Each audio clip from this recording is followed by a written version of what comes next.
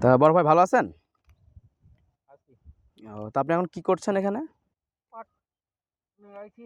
ও পাট নিড়াচ্ছেন। মানে এই যে শাক যে ঘাসগুলো উঠছে সেগুলো ফেলায় দিচ্ছেন। তো এটা কি জাতের পাট আপনার? এটা হইছি নবীন জাতের।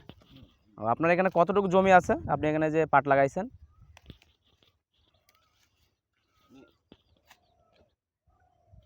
20 শতক। 20 শতক। এই যে আপনার ওনার জমিটা, এখানে পাট লাগিয়েছেন, নবীন জাতের পাট। তো এটা আপনার আনুমানিক কতদিন সময় লাগে পাটটা উঠতে? 4 থেকে 4.5 মাস। ও 4 থেকে 4.5 মাস পাট উঠতে সময় লাগে। আর এটা হচ্ছে নবীন জাতের পাট। তা আপনি এই যে ঘাস উঠাচ্ছেন, সার বিষ দেওয়া লাগবে না?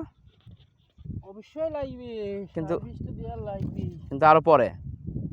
পরে বৃষ্টি ওপর বৃষ্টি ও দিতে হবে, তারপর মেশিনের পানি তো দেওয়া মানে মেন লাগবে। কথা হচ্ছে আপনার এই বৃষ্টির উপরে সব কিছু নির্ভর করতে হবে এখন। হ্যাঁ, কারণ বৃষ্টির পানি উপরে তো উঠছে না মেশিনেও ঠিক মতো। পানি একটু পাটে তোমার কি এই ওপর বৃষ্টি না হলে কাজ হয় না। ও ঘাস তো অনেক হয়েছে দেখতেছি ভাই এতে ভিতরে।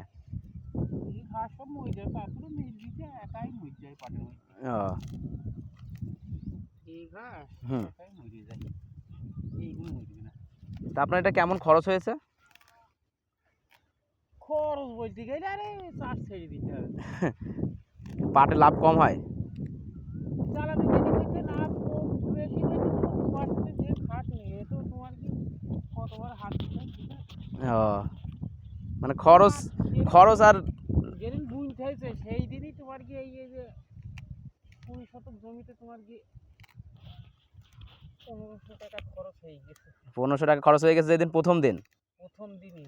ও তারপর তো আরও আছে। পিছনে তোমার কি সার তেল, হুম।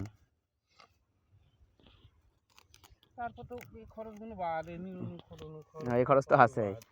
হ্যাঁ। তো ঠিক আছে বড় ভাই, ধন্যবাদ জানানোর জন্য কীভাবে কী করছেন পাটগুলো।